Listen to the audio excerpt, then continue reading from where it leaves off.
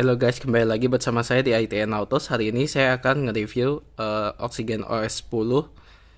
Ya, ini kelihatannya masih sama ya sama OS kemarin. Sebenarnya ini Oxygen OS yang Android 10. Ini yang nge-build juga beda. Yang kemarin tuh yang build Realme 3 Pro Indonesia, Huril. Yang sekarang itu di-build sama Zaksit dan Ajit dari Realme 3 Pro Global. Tapi tentunya kalau cuman nge-review ROM tok doang, bukan video saya kalau gitu. Pasti ada oprekannya. Nah, oprekannya adalah ini udah dipasang Performance Fix 5.1. Nah, udah baru lagi ya. Jadi kalau kalian nggak tahu berarti kalian belum join grup saya di ITN Autos. Kalian tinggal langsung ketik aja @ITN Autos, kalian pencet. Otomatis nanti kalian langsung ke bawah ke grup saya, tinggal klik di bawah situ ada tombol join, masuk deh. Oke, lanjut lagi. Apa nih yang mau kita bahas? Wow, malah kepencet PUBG. Oke. Apalagi yang mau kita bahas? Baterai mungkin ya. Oh, sebelumnya lupa. Thermal mode-nya baru lagi. Jadi ya bahkan kalian kalau yang cuma ngikutin YouTube saya doang, kalian nggak tahu udah ada thermal mode, makanya join grup saya.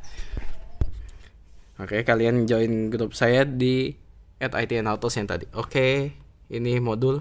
Nah, ini modulnya. Nah, ini ada modul saya di sini. Performante Mode G. Jadi ini modulnya pintar ya. Dia dibuat frekuensi CPU-nya itu. Mungkin kita langsung buka file kita bahas aja. Biar pada paham kali ya. Soalnya selama ini saya ngejelasin di grup kayaknya jadi pada bingung malah.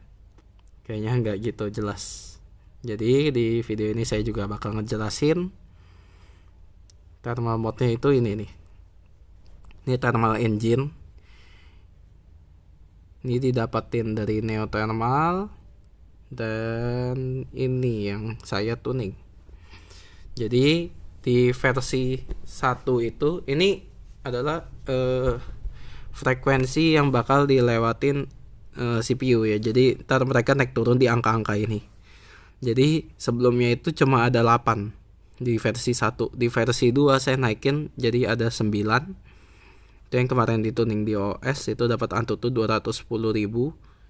Dan yang sekarang ini Antutunya harusnya lebih ya. Cuman Antutu itu kan harus dipakai dulu, HP-nya harus ini itu dulu sampai HP udah adaptasi, udah pemakaian normal, baru di Antutu lagi, baru apa ya?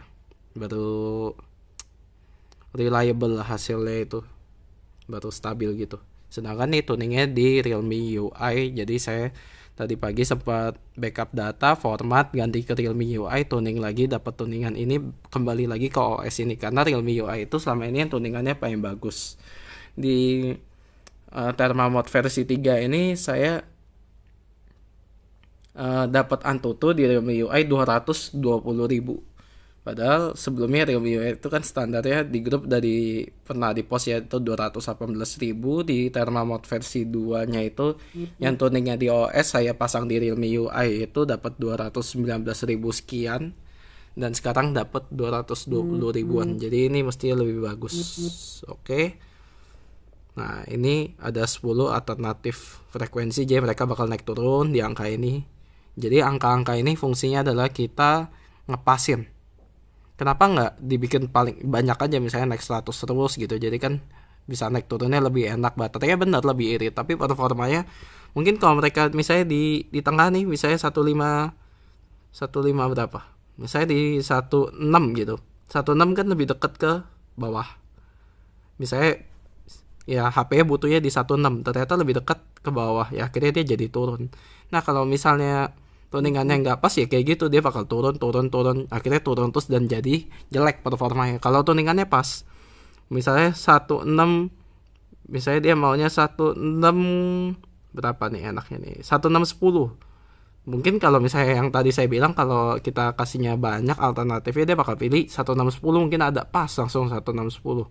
Tapi kalau speednya cuma dibatasin begini 1610, otomatis dia buletin naik ke atas, jadinya makin kenceng. Cuman resikonya emang agak panas pas game. Ya terbukti soalnya di HP saya gamingnya memang di tuningan ini agak panas. Cuman lancar. Kita bisa lihat dari MB3 ini. Nah, tuh Saya pindah dari Realme UI balik ke OS pakai thermal mode versi 3, langsung digeber Antutu PUBG, Antutu PUBG terus. Jadi wah, mantap sih. Nah, untuk video PUBG-nya saya main nih, tadi saya udah ada edit yang ketemu musuh, jadi nggak lama tuh, lancar.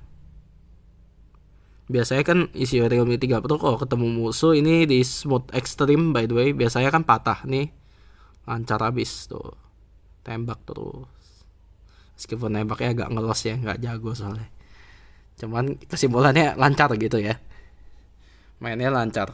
Paling kadang ada drop itu ya karena memang internet situasi sekarang kan lagi nggak stabil, jadi ada aja lah drop gitu, karena memang smooth ekstrim itu nggak ringan ya buat HP maupun internetnya. Jadi meskipun HP sanggup, kalau internetnya nggak sanggup patah juga. Nih smooth ekstrim juga tuh. Oke, lancar ya, biar durasi nggak panjang ya. Udahlah ya, sekedar tahu lah, pokoknya lancar. Ketemu musuh tadi lancar, tembak-tembak lancar. Touch, oh ya, touchnya sebelumnya itu saya pernah bilang katanya di Realme UI itu nggak work kan, ternyata nggak sepenuhnya benar sih. Ternyata di vendor Realme UI kalau asal di custom ROM ini bener tuh, masih bisa kepegang kan touch pojoknya. Sama kayak yang di OS 9 saya juga udah fix kan, ada fix saya sama nih, bisa begini. Kalau di Realme 3 Pro yang standar, kita pencet ini, kita begini, ini nggak ngerespon, dan begitu kita pencet ini, kita kesini, yang di sini otomatis bakal hilang gitu. Jadi kayak kepencet ininya doang. Itu kenapa kalian harus oprek Realme kalian. Oke. Lanjut lagi, audio saya udah dual speaker ultra. Oke. Jadi bedanya apa dual speaker ultra sama dual speaker biasa? Dual speaker ultra itu digeber lebih dalam lagi. Cuman kalian kalau HP-nya speaker atasnya ini earpiece-nya belum burn-in, artinya belum, pokoknya kalian kalau belum pasang dual speaker, kalian pasang yang biasa dulu, nggak boleh langsung yang ultra, karena dikhawatirkan kalau kalian tahu fisika ya, jadi dikhawatirkan itu bisa sobek gitu. Jadi apa alasannya kenapa harus yang dual speaker biasa dulu? Supaya dia nyentuh batas elastisitas dulu, kemudian deformasi plastis kan. Deformasi plastis bisa akhirnya, deformasi plastis itu dia kendor tapi nggak sobek. Nah, itulah di situ titik dual speaker ultra bekerja lagi. Jadi begitu kita timpa dual speaker ultra lagi, dia akan mentok di deformasi plastis tepat sebelum sobek. Jadi intinya nih digeber sampai mentok banget. Ya suara speakernya tetap nggak pecah karena nggak sobek gitu. Itu soal membran yang ada di balik earpiece ini. Jadi earpiece itu emang isinya tuh kayak ada karetnya begitu, kalau kalian pernah buka ya. Oke, ini langsung supaya nggak kena copyright, kita mainnya klasik aja. Klasik saya belum ada yang baru kayaknya deh. Iya, kita mentokin dulu. Dan ini juga ada Dolby ya, tapi kalau buat speaker menurut saya kayaknya lebih bagus nggak pasang Dolby sih. Nah, ini dual speaker ultra kayak gini. Ini audionya by the way, kameranya OnePlus 7 Pro ya. Ya.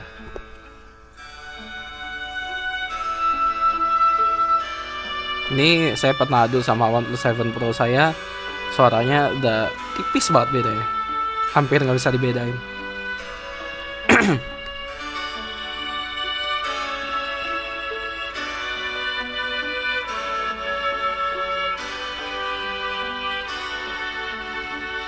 Dan by the way, kalau kalian mau pakai di earphone, kalian boleh pakai Dolby Set, hashtag Dolby Set di grup saya. Itu saya udah kasih tuningan Dolby yang paling pas. Cuman kalau buat di earpiece, menurut saya enakan nggak pakai Dolby malah.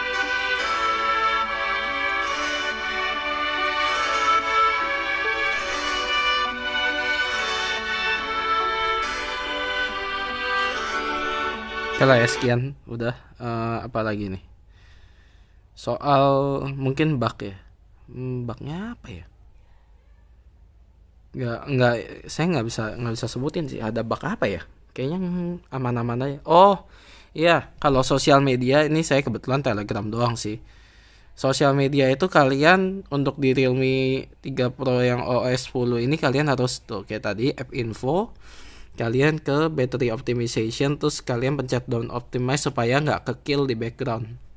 Yang kedua adalah optimisasi RAM di sini jelek banget di ROM ini. Jadi kalian disarankan RAM boost itu dimatiin. Ini juga udah disaranin sama pembuat ROM-nya langsung.